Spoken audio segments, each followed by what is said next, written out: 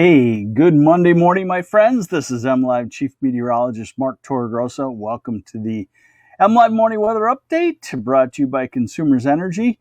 And it has happened. After a line of low-end severe thunderstorms for the most part yesterday, the cold front has moved through, the winds have turned to the northwest, and the humidity and the moisture amounts are going down.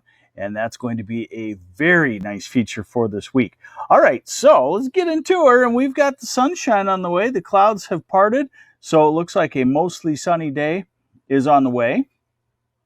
Now, these are not actual temperatures that I'm showing you. These are dew point temperatures. And the biggest thing you need to know is that the higher the dew point, the more uncomfortable the air is. So when the dew points are in the 70s, we're uncomfortable. When they're in the 60s, it feels better. When they're in the 50s, it feels very comfortable. And when they're in the 40s, it feels almost fall-like as far as the dryness to the air. So look at the dew points right now. Still 68, 69 in Detroit, but going down 67 in Ann Arbor, 64 in Grand Rapids, 64 in Saginaw Bay City.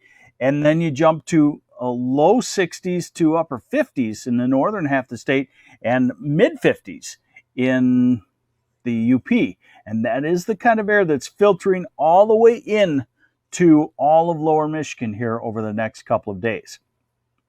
So I thought we'd start off with the high temperature forecast. And it is going to be very comfortable. It's not going to be chilly. It's not going to be hot. And then we're going to factor that in with comfortable levels of humidity. So today we're still looking at low 80s in Ann Arbor and Detroit and Monroe and Coldwater, and 81-ish Saginaw Valley area and the Thumb, and maybe Grand Rapids 81. Get to Traverse City, probably about 75 to 77.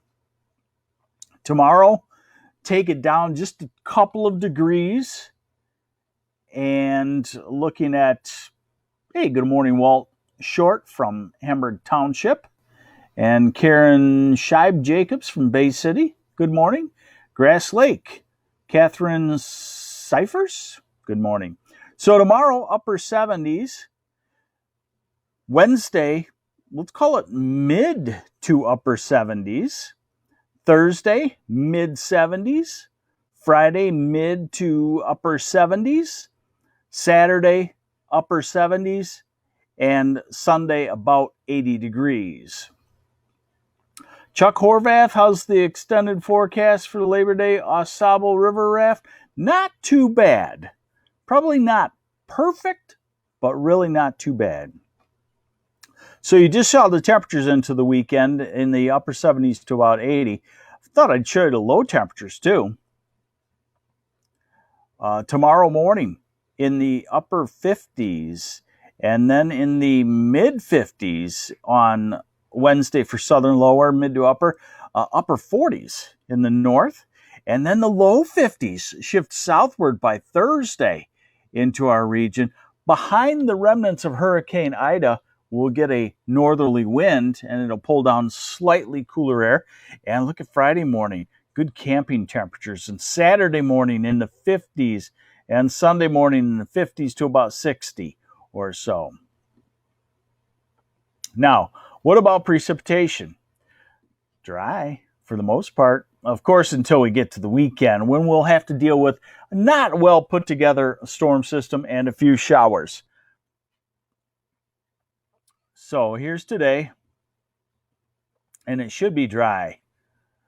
And then here is Tuesday. There's Ida moving off to our south and east, so not to affect us as far as rainfall or cloudiness, but behind it, as it turns into from a tropical system to what we call extratropical or not tropical system, it will have that northerly flow behind it, and it'll kind of pull down some slightly cooler air by the time we get to Thursday and into the weekend. So this is Thursday, all looking gorgeous, and light winds and dry air and sunshine and comfortable afternoons.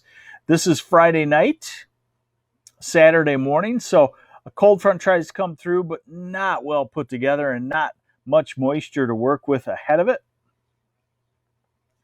Patrick Mendes, so a possible wet Labor Day? I don't know about that. It's possible. It's not a big storm system, but we're into Sunday, and now we're into Labor Day. And what that is that's a cool flow, and it can make clouds, it can make a few showers. But remember also, we like the European model, except its pitfall is that it hangs storm systems back in the Northeast, gives us the remnants of storm systems on the backside of it too long.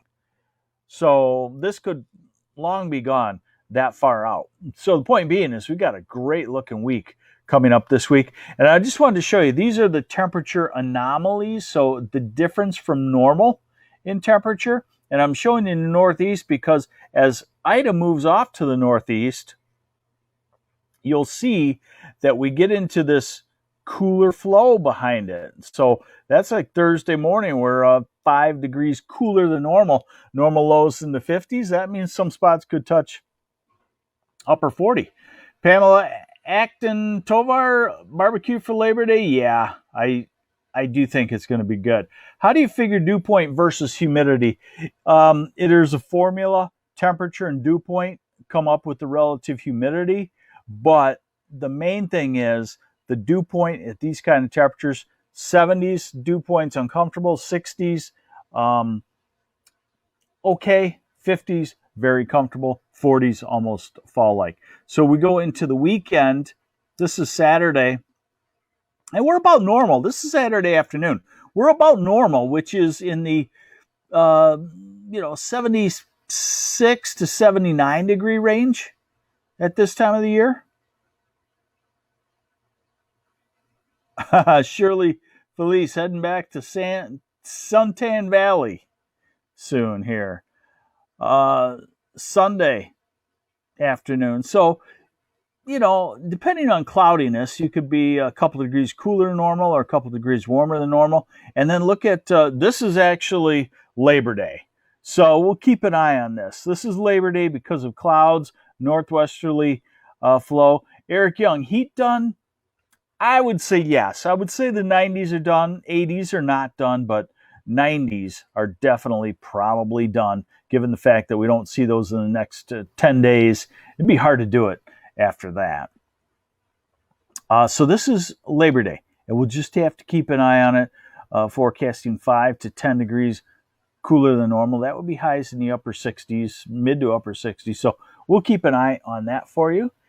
And otherwise, thank you for joining me on the MLive Morning Weather Update brought to you by Consumers Energy. Thank you, Consumers Energy. Hopefully they didn't have too much work on this one, but I did see many reports of branches down on a power line or something like that.